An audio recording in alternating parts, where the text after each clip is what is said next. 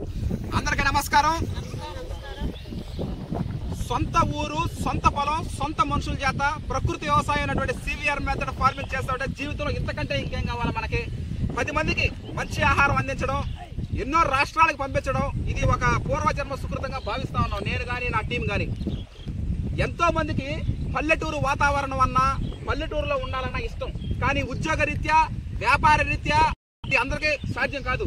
ఏదో దేవుడి దయ వల్ల కయ్య కాలం ఉంది కాబట్టి మనకు ఆ సాధ్యమైంది. సొంత ఊరు మనుషులు, చిన్ననాటి నుంచి పుట్టినప్పుడని చూస్తున్నటువంటి మనుషులు వీళ్ళే మనకి సహచరులుగా, కొలీగ్స్ గా మనకి వ్యవసాయ వృత్తిలో నారా తీయడం జరుగుతూ ఉంది. ఈ రోజు నారు పెరిగేసి రేపు నారా తీయడం జరుగుతుంది, రేపు అయిపోద్ది. సివిఆర్ మెథడ్ ఫార్మింగ్ లో మనం వేయడం జరుగుతూ ఉంది. 2025 వచ్చే సంవత్సరం సంక్రాంతి పర్వదినానికి ఇది రైస్ రిలీజ్ చేయడం జరుగుతుంది. ఈ సంవత్సరం పండించిన పంట వచ్చే సంవత్సరం రైస్ గా తినడం జరుగుతుంది.